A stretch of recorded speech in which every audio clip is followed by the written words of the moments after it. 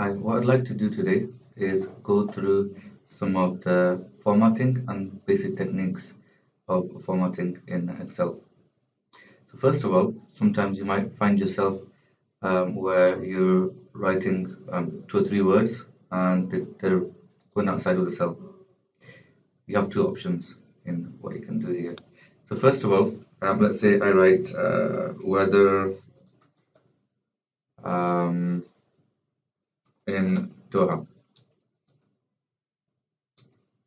Now, as you can see, it's gone outside the text.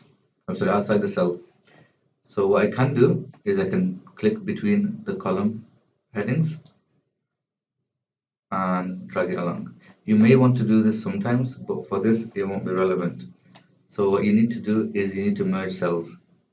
Merging cells is when you're putting together two or more cells and making it into one cell.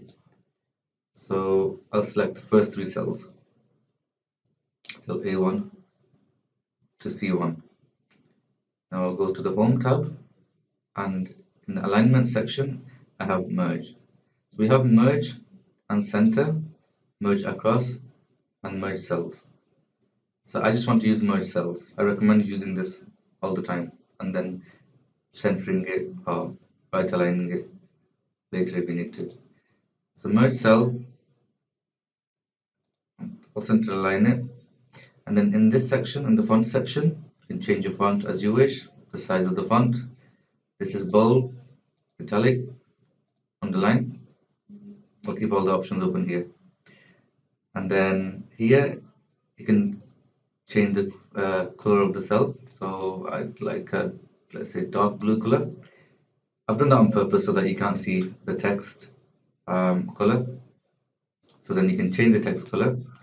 So if I put it to white, you can see the text color.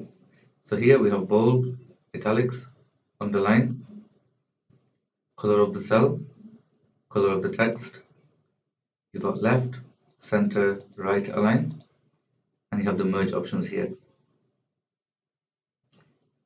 And here you have indent. You want to move it to either side.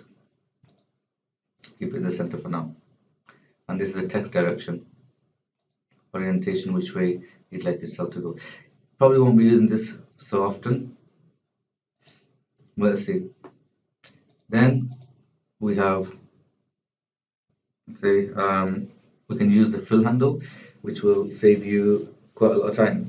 Now, I'm going to put in the month for Doha, so month, and we start with January. January. And then you might have noticed that there's a small square or a circle, and this is known as the fill handle. This helps to automate tasks or fill in information automatically.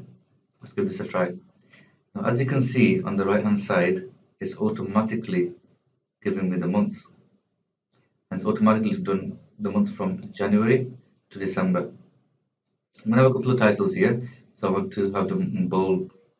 And what I'd also like to do is just show you the borders. You'll mainly be using all borders or outside borders. I'm going to put outside borders only, just for now. Here you have the temperature. I'm just going to put in some data for the sake of experimentation. Now, as you can see here, the word September overlaps onto cell B12. If I just double click here, it'll fix itself up. I could do it manually as well. Now, temperature, I'm guessing the temperatures are just making up temperatures for now. It's January 25, that's going up. 29, 35, 36, suddenly jumps up. 40, 41, August is very hot, let's say 44, and then there's a slight decline and a steep one. Okay, I guess December will never be this temperature, so it'll be a bit more realistic. Okay, so that's just some basic formatting that you'd need to use later on in the month. So again, quick reminder, in the Home tab, you've got the Font section and the Alignment section. If you have any questions, feel free to send me a message on Microsoft Teams. Thank you.